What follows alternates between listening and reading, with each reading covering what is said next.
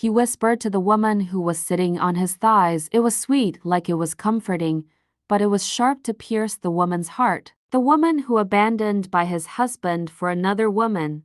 The man kissed her wet eyes, telling her not to look like that. Both large hands grabbed her thin thighs and spread them apart, stabbing her as if they were going to tear her apart. The woman gasped as the overwhelming mass of his body invaded her, pushing out his entire insides.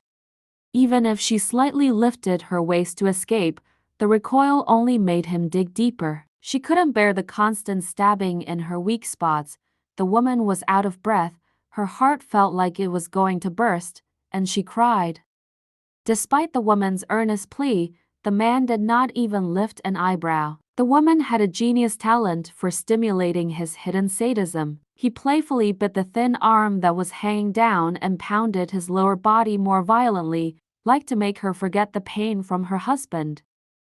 An unknown excitement bloomed between the slightly thrilling pain sensations. As the waist of the woman trapped in his arms arched like a bow, however, the woman, who had lost all strength, only trembled with her arms and legs and showed no sign of moving.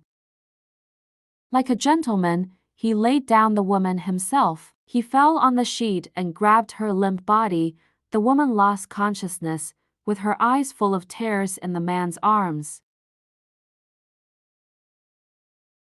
Leticia couldn't believe her ears. It was because her husband asked for their divorce on their wedding anniversary. It was clear that her husband had an affair with another woman, and he said it was the woman he sincerely loved.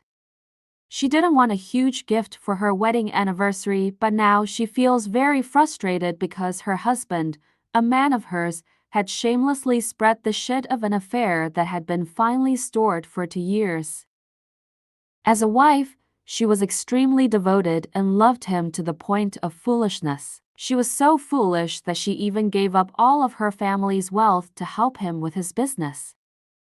Leticia's father, Graham Violette, lent the money because Astor was her daughter's husband whom she loved. He was a very affectionate father who cared for his daughter that much.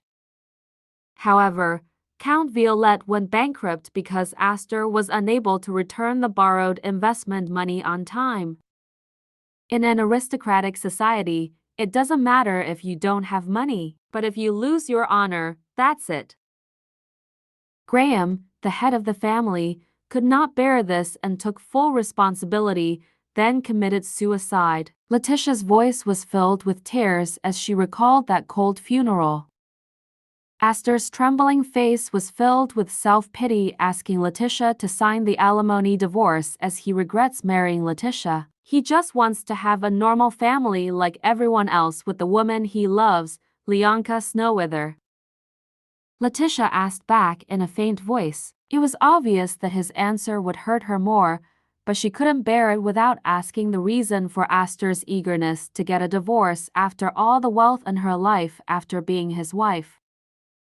He wants a child, the child who looked like him, that Leticia couldn't give to him, because Leticia's body is incapable of bearing a child. Leticia came out and walked endlessly in the cold weather. Even the faces of the attendants who passed by her in the garden and glanced at her were half sympathetic and half ridiculing after seeing their masters arguing in the dining hall. When she looked up, she saw the ancestral Marquis of Winchester and his wife walking across the white snow arrogantly. They were Leticia's parents-in-law. With her mockery eyes, she looked at her daughter-in-law and criticized her harshly. She blamed Leticia for her son's pitiful life, who bore Leticia as a responsibility in marriage. She also blamed Leticia for her inability to get pregnant, even though Clarissa knew for sure that the cause was none other than her son.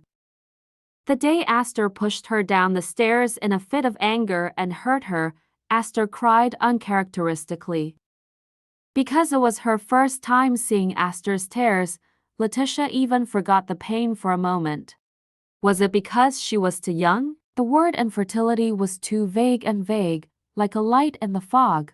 Maybe that's why she wasn't angry. On the contrary, She was somewhat glad to have Astor because of the hurt he had inflicted. As promised, Astor proposed to her as soon as he became an adult. They were both clumsy, but that made them sweet newlyweds. Until the woman who took Astor away from her appeared. With a smile of satisfaction at her son's divorce, Clarissa expelled Leticia from the Winchester residence.